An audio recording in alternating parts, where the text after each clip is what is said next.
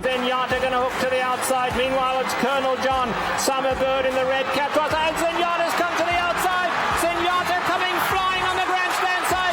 Gio Ponti on the inside. Summerbird is right there. This is unbelievable. Zenyatta, what a performance. One we'll never forget. Looked impossible. One of the absolute most famous races in the history of our game, Zenyatta. And we see, of course, Mr. Moss and John Shirreffs celebrating right past the wire. And unfortunately, we heard just a couple of days ago that the legendary trainer himself, John Shirreffs, passed away at the age of 80. And the outpouring of stories about John Shirreffs have just been incredible to read and to revisit. I told the story about the racing dudes. I mean, the racing dudes got started with Zenyatta as like their main horse. The logo for the racing dudes, that horse is Zenyatta. It's because of John Shirreffs and what he provided.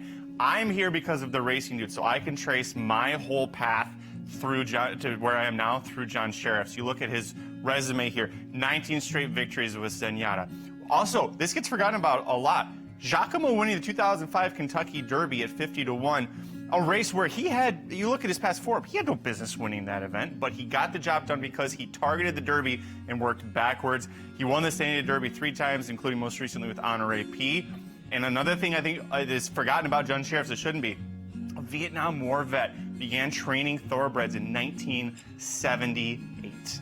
I loved his interview when he won the 2022 Santa Anita Handicap. The first time he'd won that, almost brought him to tears, was a little boy growing up in Santa Anita dreaming of winning that race. And ironically, Shirreffs wins the Derby in 2005 when Afleet Alex, essentially, that was his chance to win the Triple Crown. And then Afleet Alex, speaking of most memorable races in the game, Afleet Alex nearly fell at the top of the stretch and still pulled away to win the Preakness. And Afleet Alex, the Eclipse Award champion 3-year-old colt in 2005 for winning the Preakness and the Belmont Stakes. He also took the Arkansas Derby as a 3-year-old, the Hopeful in the Breeders' Cup Juvenile. He was very contentious in those events.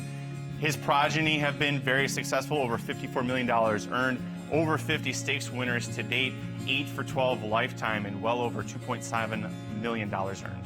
And then King Leatherbury at the age of 92. He was a first ballot Hall of Famer thanks to one of his all-time stars.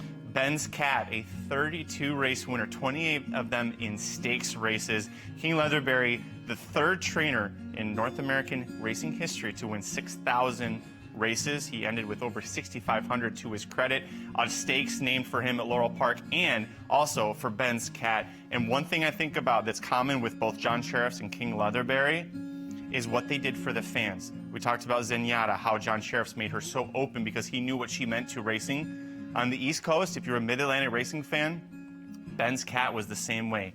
King Leatherbury, very strong in bringing him out there. And King Leatherbury's Ben's Cat, he won the Jim McKay Turf Sprint 4 years in a row and was the king of the East Coast. So a sad week as we reflect on some of the greats of the game lost this week and sending out our absolute best to their family and friends.